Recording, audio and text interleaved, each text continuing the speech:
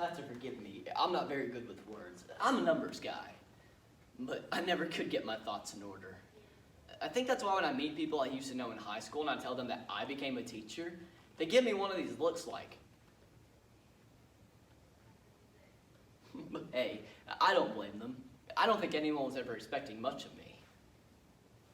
But hey, it's 7th grade algebra.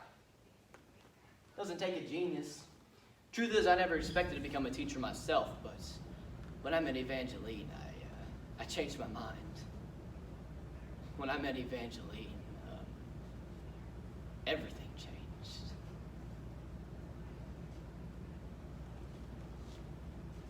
Loss. Something we've all experienced, and nothing stings more than the loss of a loved one.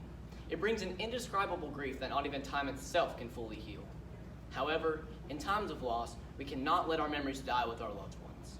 When times are darkest, we can see how from even beyond the grave, our loved ones teach and lead us to the light at the end of the tunnel.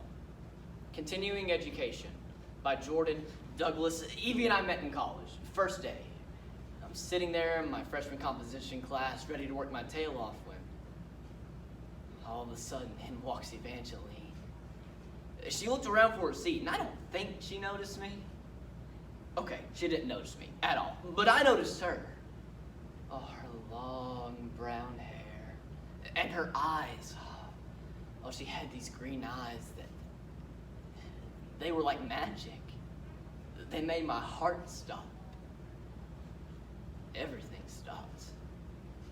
Needless to say, that is all I remember from my freshman comp class. I started to wait outside class until she went in just to get the seat next to her. Of course, Evie was no dunce, so she noticed my childish attempts at flirting. Our first conversation was tragic, to say the least. But that first conversation was the first thing Evie taught me, how to talk to girls.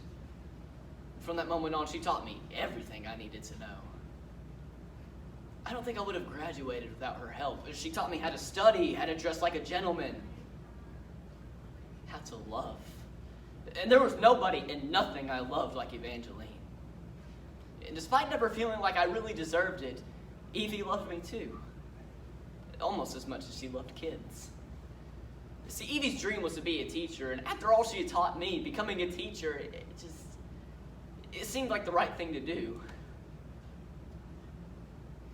See, Evie and I, we never had our own kids. Evie had ovarian cancer. Even when we got married, it was already growing inside of her, eating away at her. We had just started our life together, and here we were about to be pulled apart. I prayed all day, every day. I held her head as she cried. Even years later, sometimes I would find her crying. I didn't even need to ask. I knew why. Evie had always wanted kids of her own. And to lose that change, to lose the ability to carry life inside of her, it nearly broke her to pieces.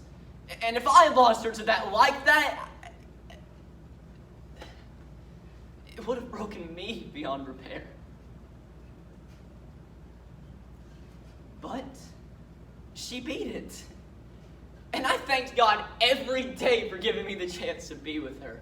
For the next 6 years, I didn't waste a second. That's why we moved back to my hometown and started teaching at the same school. Every chance I got, I would walk around the corner and down the hall and peek in through her classroom window just to see her. Even after 6 years of marriage, I was just a schoolboy with a crush. There are no other words for it, just, I love you.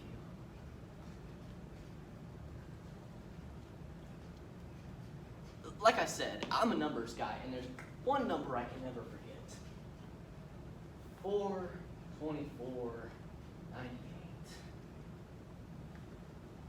April 24th, 1998. I can't ever forget that day. It was just like any other day. I woke up in the morning, Evie made breakfast, and then I drove us to work.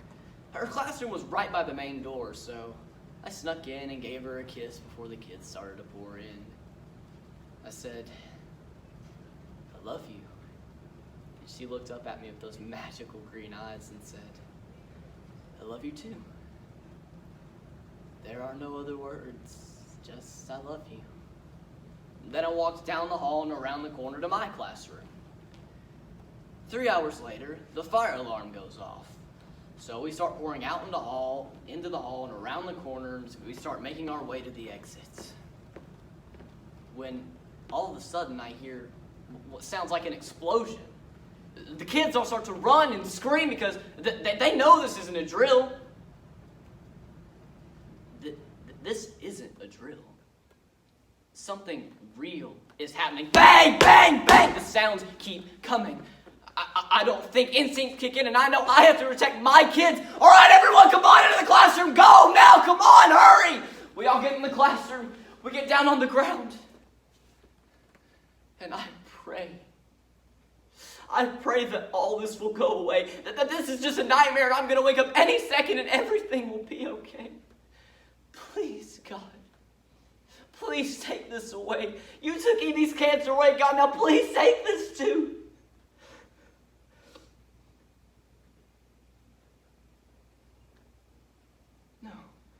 No, but Evie, her classroom, it was right by the door.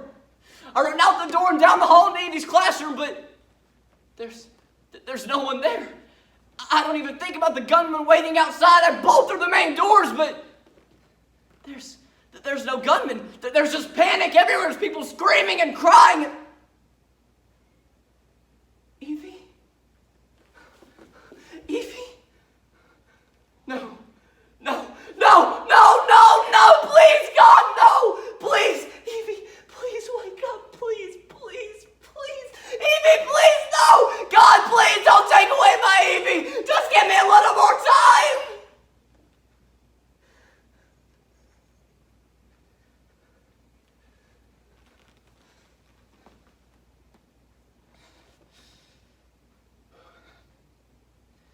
Slowly, the details filter in. There were 2 boys with guns, just 12 and 14 years old. It was all planned out. They pulled the fire alarm to lure everyone out of the building and then opened fire. 10 injured, 5 dead, 4 students, and 1 teacher. Miss Evangelina Foster stepped in the line of fire to save 1 of her students. 13-year-old Angela Brooks. I taught Angela too. She's the nicest, sweetest girl you'll ever meet. But you don't hear about that on the news. You only hear about the misguided young boys, hearing their names, seeing their faces day after day on TV. You start to hate these boys. But anytime that my blood starts to boil, I just think of Evie.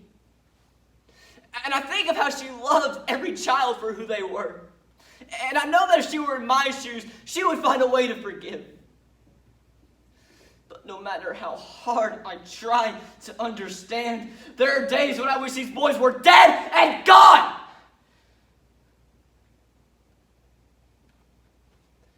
It's on those days that Evie is teaching me still. Teaching me to forgive, to live, and to love. It was on one of those days that I received a letter from Angela Brooks. Dear Mr. Foster, I am so sorry that Mrs. Foster is gone. She was my favorite teacher. She saved my life, and I would like to thank her, but I don't know how. So I would like to thank you. Thank you for being a good husband to Mrs. Foster. She talked about you in class all the time. So if you are sad, just remember, she loved you very much. I know you and Mrs. Foster are not my family, but I just want to say that I love you too.